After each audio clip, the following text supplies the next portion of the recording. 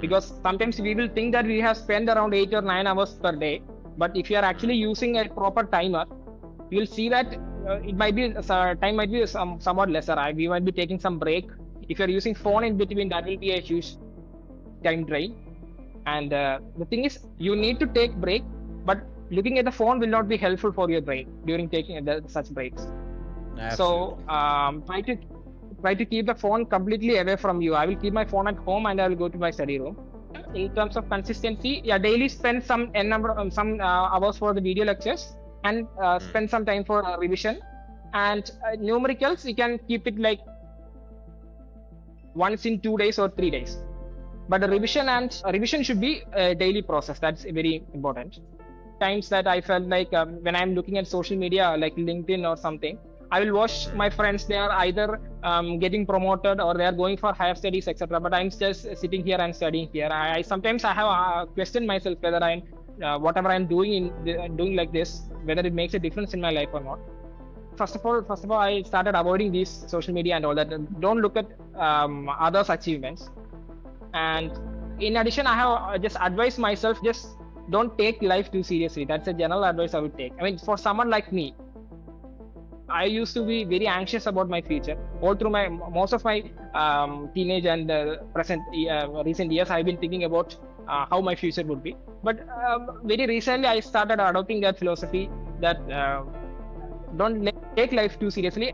I'm not saying that you should be very silly or very lead an inconsequential life or anything, but just try to live in the present. Try to do what you can best at present. So for me, what I can do was just sit and study properly without much distraction. So that's what I did.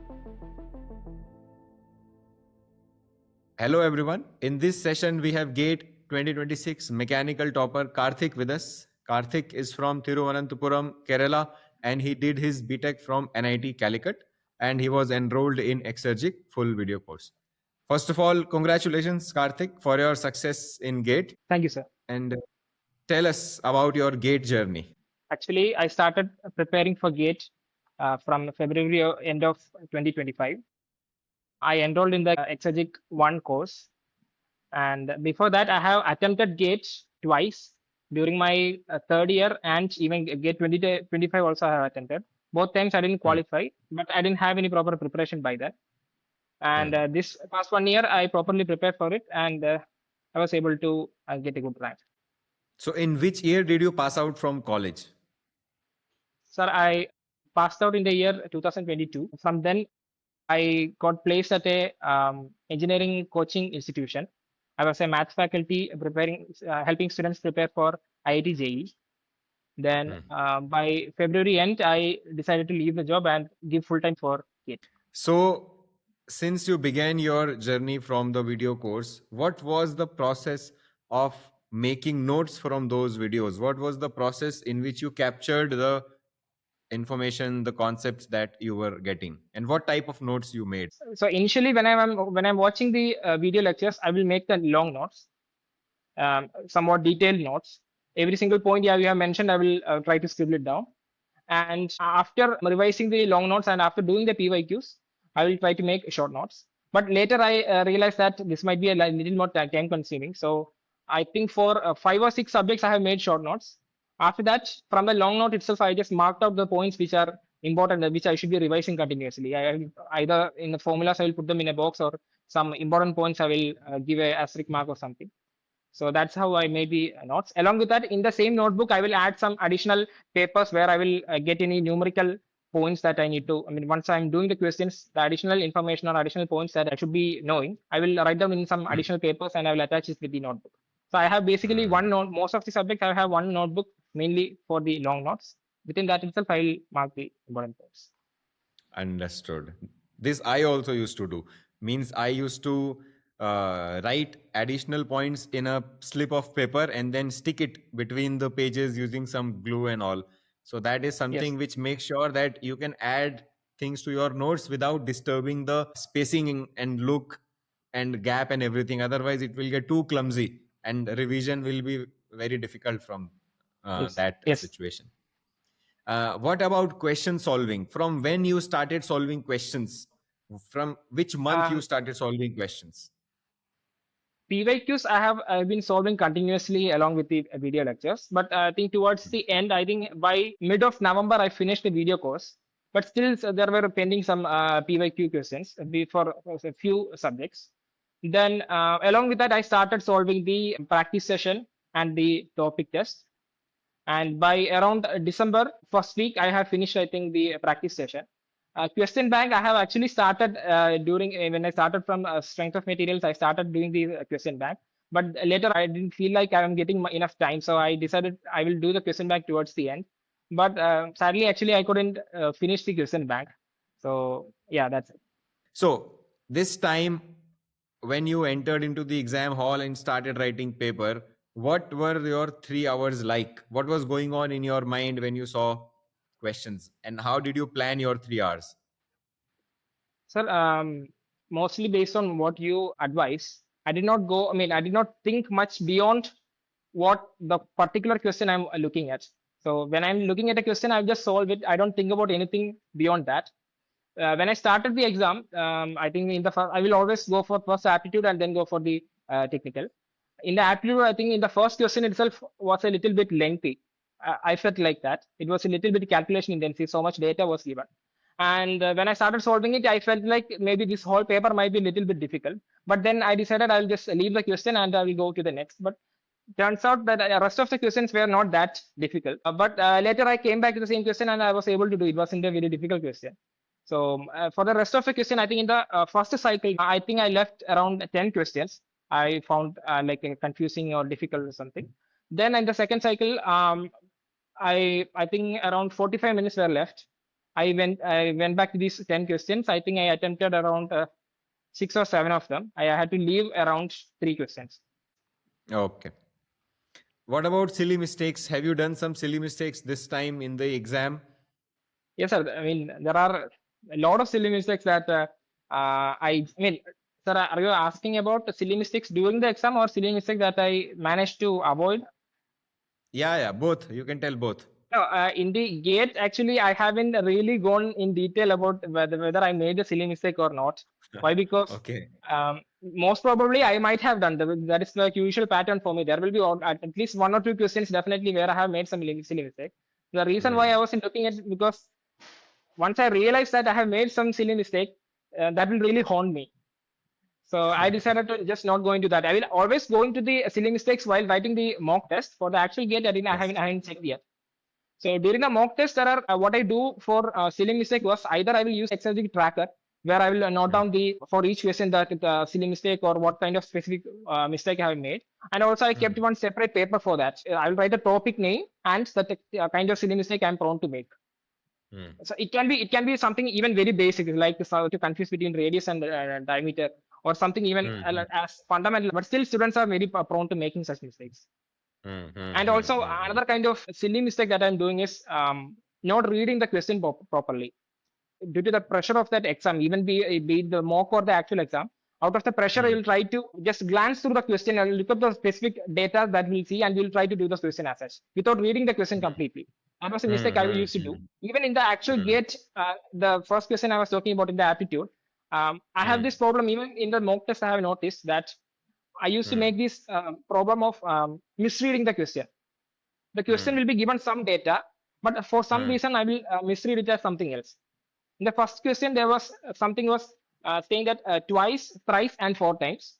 But for Hmm. some reason, I was looking at it as twice, twice, and twice. So this Hmm. kind of Hmm. problem I was facing during the mock test. So I always try to Correct. advise myself to read the question very properly and to Yes. attempt the question then. Many students actually think that they're wasting time reading the question. They think that time only needs to be invested in solving the question. But if you don't read it carefully, so you will definitely go in the wrong direction. So please make sure to read question carefully with a calm mind. In many cases, if you understand the question properly, you can actually solve it faster than you can do it without understanding the question. Yes. During the preparation, you had to maintain consistency for almost 1 year. So what tips will you give to students to remain consistent throughout the preparation? Because it's not a journey of few days or weeks or months. It takes years, sometimes more than 1 year as well. I have actually made use of Exergic tracker or sometimes even before that, I used to keep some timer so that I will Hmm. have a general idea of the average amount of time I'm spending per day. Hmm. Because sometimes we will think that we have spent around 8 or 9 hours per day, but if you are Hmm. actually using a proper timer, you will see that it might be time might be somewhat lesser. We might be taking some break. If you're using phone Hmm. in between, that will be a huge time drain. That will be another point I want to add, that to keep your phone away from you, physically away from you. Hmm. That was an Hmm. point that I actually learned very late. I should have done it Hmm. earlier. I think only during Hmm. around September or October I was going to a study room, and I Hmm. will have my phone with me. So in between some breaks, I will look at my phone. And the thing is, you need to take break, but looking at the phone will not be helpful for your brain during taking such breaks. So Absolutely. try to keep the phone completely away from you. I will keep my phone at home and I will go to my study room. So Hmm. in addition, in terms of consistency, yeah, daily spend some hours for the video lectures, and Hmm. spend some time for revision. And numericals, you can keep it like once in 2 days or 3 days. But the revision should be a daily process. That's very important.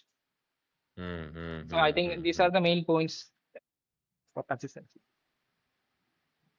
Absolutely correct. Managing your uh, time properly is also very important, as Karthik told, and not getting distracted by your mobile phone is another point that you need to ensure that you stay consistent in your preparation, because it's not just about being consistent day by day, but it is also about being consistent throughout the day.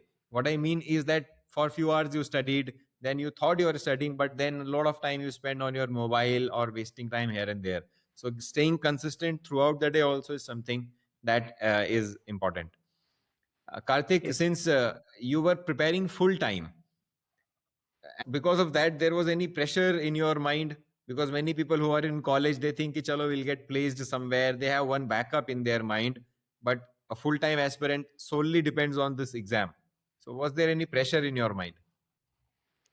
Um, in terms of pressure, I would say during my entire gate journey, the pressure I really felt, the maximum amount of pressure I really felt was making the decision to leave my job and prepare for the gates. So I wouldn't say that I felt that much amount of pressure for the rest of my gate journey. In the beginning, I Hmm. would say there was sometimes that I felt like when I'm looking at social media like LinkedIn or something, I will watch Hmm. my friends. They are either getting promoted or they are going for higher studies, etc., but I'm just sitting here and studying here. I sometimes I have Hmm. questioned myself whether I'm whatever I'm doing doing like this, whether it makes a difference in my life or not. First of all, I started avoiding these social media and all that. Don't look at others achievements.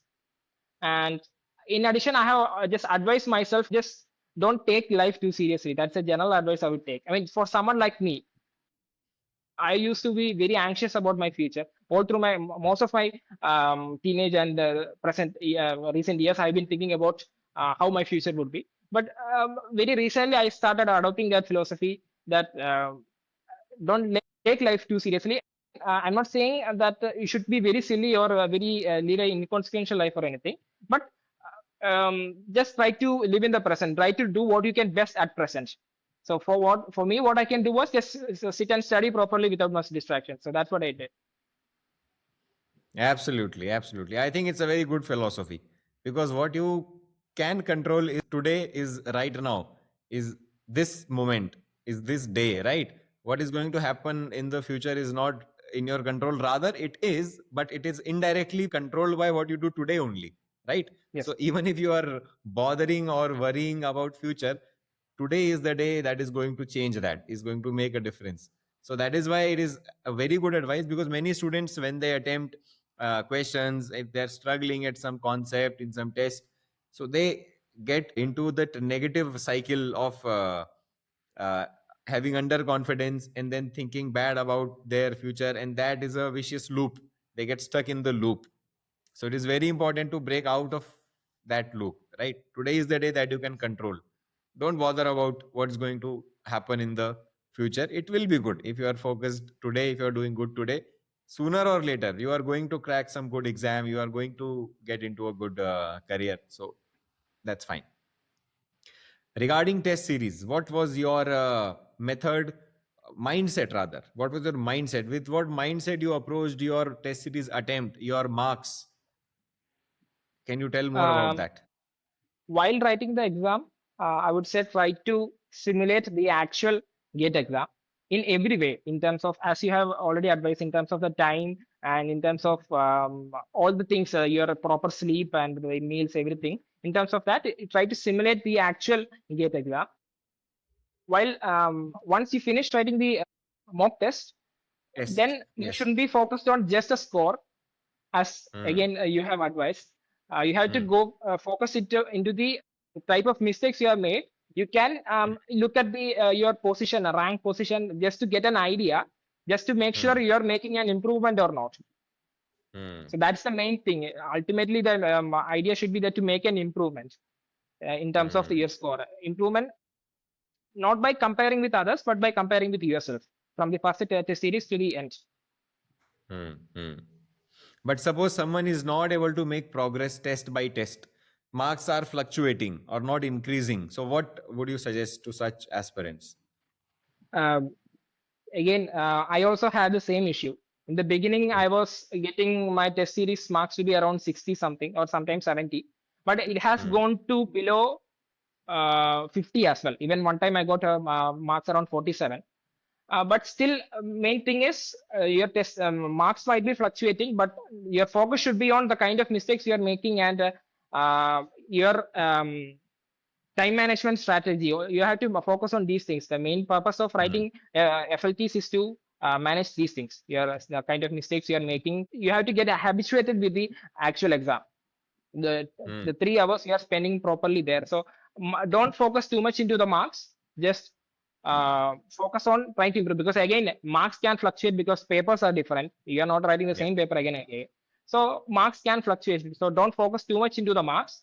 Try to Hmm. understand the kind of mistakes you are making.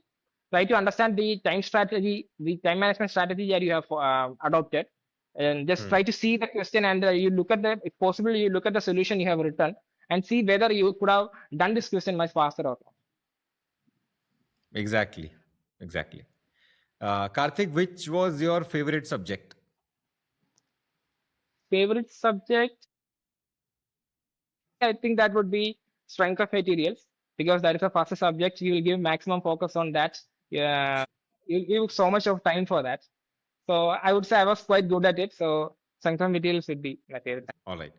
Karthik, towards the end of the session, what qualities you think gate aspirant must have? Something that we have not discussed so far, but an important quality that a gate aspirant should have for success in gate exam. There are many qualities that a GATE aspirant should have. One I can say is to have a proper discipline. Um, Hmm. if you are generally students, when you are preparing for competitive exams in general, even I used to, what I used to think was you have to be very much Hmm. motivated, but motivation Hmm. doesn't get you so far. The main idea is Hmm. to uh, generate a disciplined life, to habituate with the studying, that you're spending this many hours per day, that has to become a habit. So Yes. generally, I would say discipline is the one of the most important requirement for a GATE aspirant. Yes, they should make a system, a routine, a timeline, anything that keeps you disciplined, because staying disciplined is challenging, right? So you can make Yes. such systems, your routine, maybe use tracker correctly. All these things will ensure that you stay disciplined. So you have to think for your own situation, what can make you more disciplined? What setup, what environment can make you more disciplined? And then you follow that.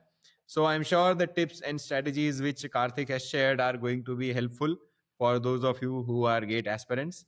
And congratulations once again, Karthik, for your success in GATE Thank you. 2026. I wish you all the best for your future endeavors. Thank you.